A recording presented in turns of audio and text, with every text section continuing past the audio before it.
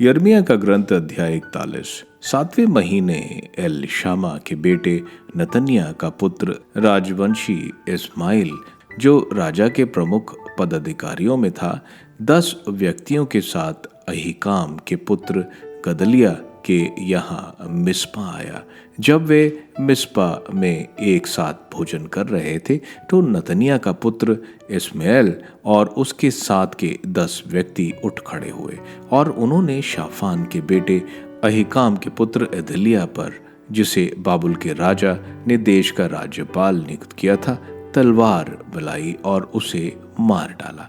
इस्माइल ने मिस्पा में गदलिया के साथ के सभी यहूदियों तथा और वहां उपस्थित खलदेई सैनिकों को भी मार डाला।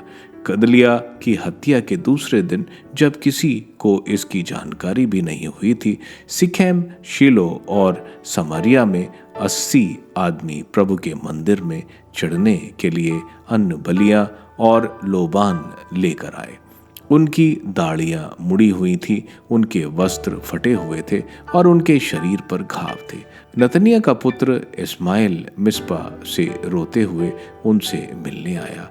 उनसे मिलने पर वह उन लोगों से यह बोला, अहीकाम के पुत्र गदलिया के यहाँ चलिए।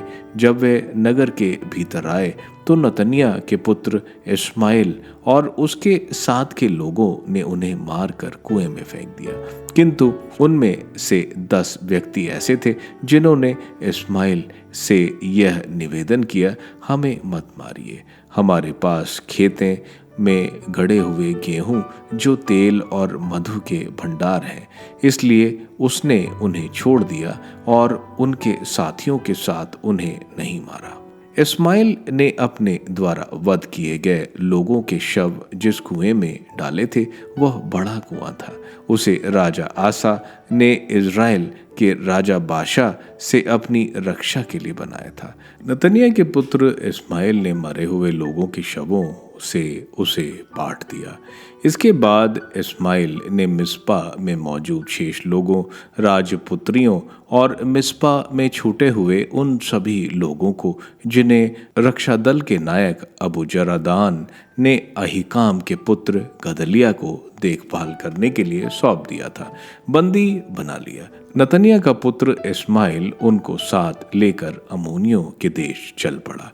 किंतु जब कारोआ के पुत्र योहन्नान और उसके साथ के अन्य सेना नायकों ने नतन्याह के पुत्र इस्माइल के कुकर्मों के विषय में सुना तो वो अपने सभी लोगों को साथ लेकर नतन्याह के पुत्र इस्माइल से युद्ध करने चल पड़े।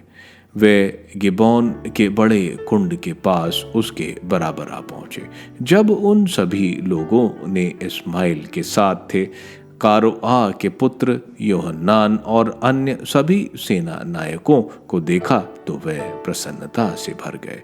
इसलिए वे सभी लोग, जिन्हें इस्माइल मिस्पा से बंदी बनाकर ले आया था, पीछे मुड़कर वापस आ गए और करेआ के पुत्र योहन्नान से आ मिले। किंतु नतन्याह का पुत्र इस्माइल 8 आदमियों के साथ योहन्नान के हाथों से बचकर निकल गया और अम्मोनियों के यहाँ भाग गया। जब करेआ के पुत्र योहन्नान और सभी सेना नायकों ने उन शेष लोगों को, सैनिकों, स्त्रियों, बच्चों और कंचुकियों को, जिन्हें अहीकाम के पुत्र गदलिया की हत्या करने के बाद नतन्याह का पुत्र इस्माइल बंदी बनाकर मिस्पा से ले आया था तथा जिन्हें योहन्नान गिबेयोन से वापस ले आया था, अपने साथ कर लिया।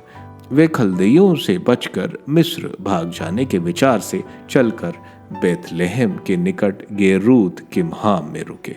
वे उनसे डर रहे थे क्योंकि नतन्याह के पुत्र इस्माइल के अहीकाम के पुत्र गदलिया को, जिसे बाबुल के राजा ने देश का राज्यपाल नियुक्त किया था, मार डाला था।